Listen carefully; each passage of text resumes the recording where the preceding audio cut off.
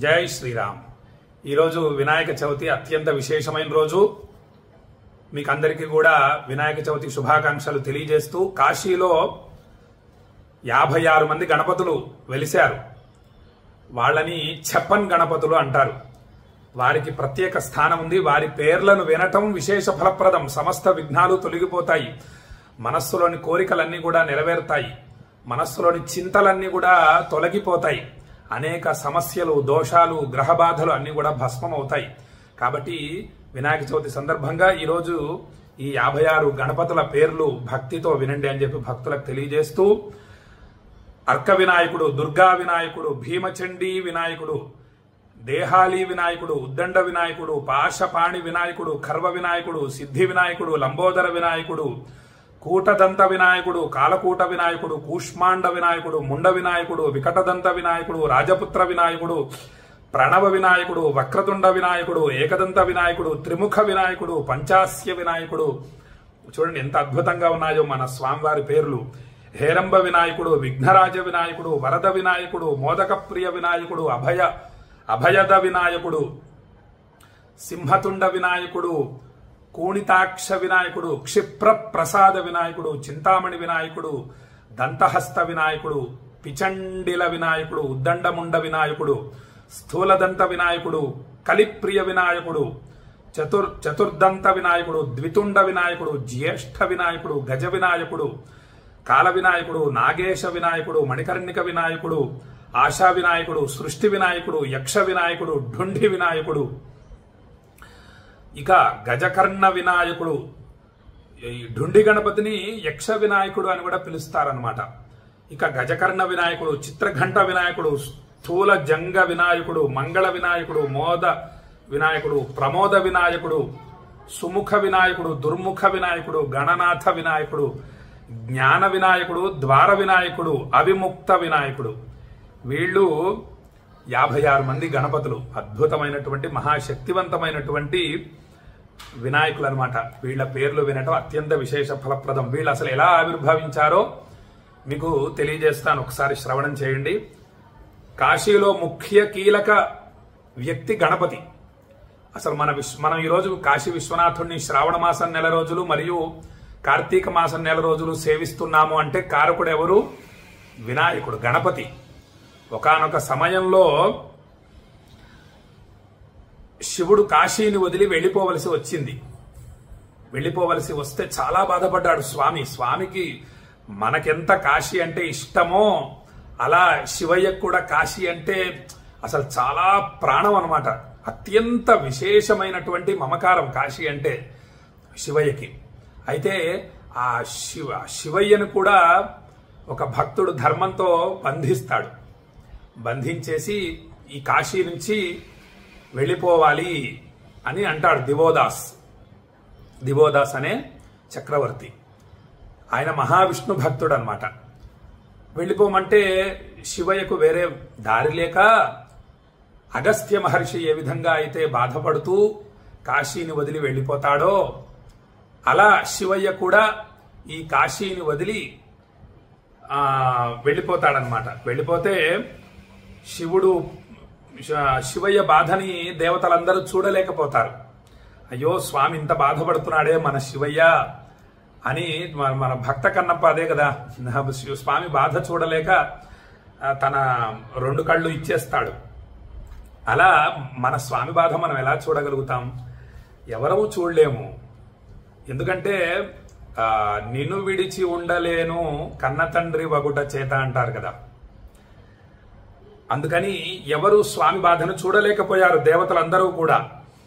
కాశీలో ఉన్న సమస్త దేవతామూర్తులు, శివుడు, పార్వతి, బ్రహ్మ, విష్ణువుతో సహా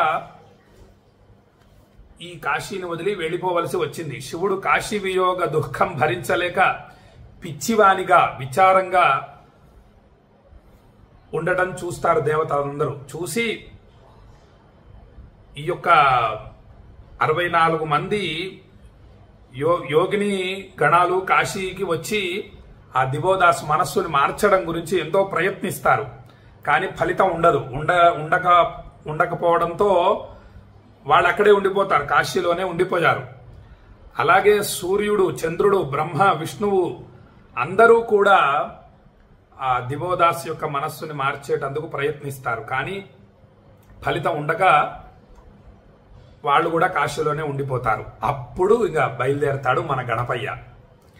సుముఖం చాలా విశేషం.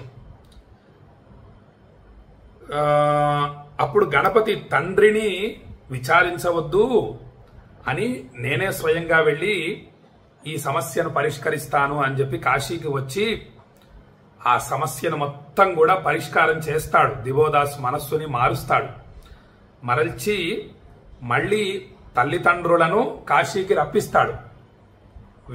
స్వామిని, అమ్మవారిని ఇద్దరిని కూడా. అయితే మీకు క్లుప్తంగా తెలియజేయడం జరుగుతుంది. ఎందుకంటే ఎక్కువసేపు వీడియో వినే సమయం చాలా మందికి ఉండదు కదా. ఆ టైంలో, ఆ సమయంలో 56 రూపాలుగా 56 పేర్లతో కాశీలో తిరిగాడు మన గణపతి, మన ఢుండి గణపతి స్వామివారు. స్వామివారితో అనుబంధం పెంచుకోవాలి. ఢుండి గణపతి స్వామివారు సామాన్యులు కారు. కాశీతోటే మనం అనుబంధం పెంచుకోవాలి.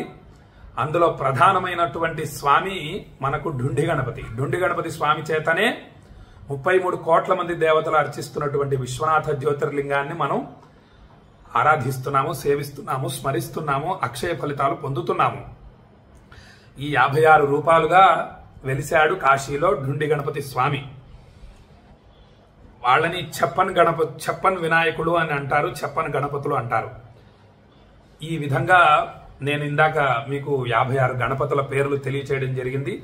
వాటిని భక్తితో విన్నారు మీరు అని చెప్పి మిమ్మల్ని అందరినీ కూడా ఆశీర్వదిస్తూ, ఓం గణానాం త్వా గణానాం గణానాం త్వా గణపతిం గణపతిం త్వా గణానాం గణానాం త్వా గణపతిం గణపతిం త్వా గణపతిగో హవామహే హవామహే గణపతిం త్వా గణపతిగో హవామహే గణపతిగో హవామహే హవామహే గణపతిగో హవామహే కవిగో హవామహే గణపతిగో హవామహే కవిం గణపతిమితి గణపతిం హవామహే కవిగో హవామహే హవామహే కవీనాం కవిగో హవామహే హవామహే కవీనాం కవీనాముపమశ్రవస్తమం కవీనాముపమశ్రవస్తమం ఉపమశ్రవస్తమమిత్యుపమశ్రవః తమం జ్యేష్ఠరాజం బ్రహ్మణాం జ్యేష్ఠరాజం బ్రహ్మణాం జ్యేష్ఠరాజం బ్రహ్మణః జ్యేష్ఠరాజమితి జ్యేష్ఠరాజం బ్రహ్మణాం బ్రహ్మణస్పతే పతే బ్రహ్మణస్పతే పతే బ్రహ్మణస్పత ఆపతే బ్రహ్మణస్పత పత ఆపతే పత ఆనో న ఆపతే పత ఆనః ఆనో న ఆన శృణ్వన్న ఆన శృణ్వన్ న శృణ్వన్నో న శృణ్వన్నోతిభిరోతిభిః శృణ్వన్నో న శృణ్వన్నోతిభిరోతిభిః శృణ్వన్నోతిభిః సీదోతిభిః శృణ్వన్నోతిభిః సీదా ఊతిభిః సీదోతిభిరోతిభిః సీద సాధనగో సీదోతిభిరోతిభిః సీద సాధనం ఊతిభిరిత్యూతిభిః సీద సాధనగో సీద సాధనం సాధనమితి సాధనం శతమానం భవతి శతాయుః పురుషః శతేంద్రియ ఆయుష్యేవేంద్రియే ప్రతిష్ఠతి. కాశీ అన్నపూర్ణ విశాలాక్షి సమేత విశ్వేశ్వర స్వామి సహిత ఢుండి గణపతి స్వామి సహిత సాక్షి గణపతి స్వామి సంపూర్ణ అనుగ్రహ ప్రాప్తిరస్తు. ఆయురారోగ్య అష్టైశ్వర్యాభివృద్ధిరస్తు. మనోభీష్ట సిద్ధిరస్తు.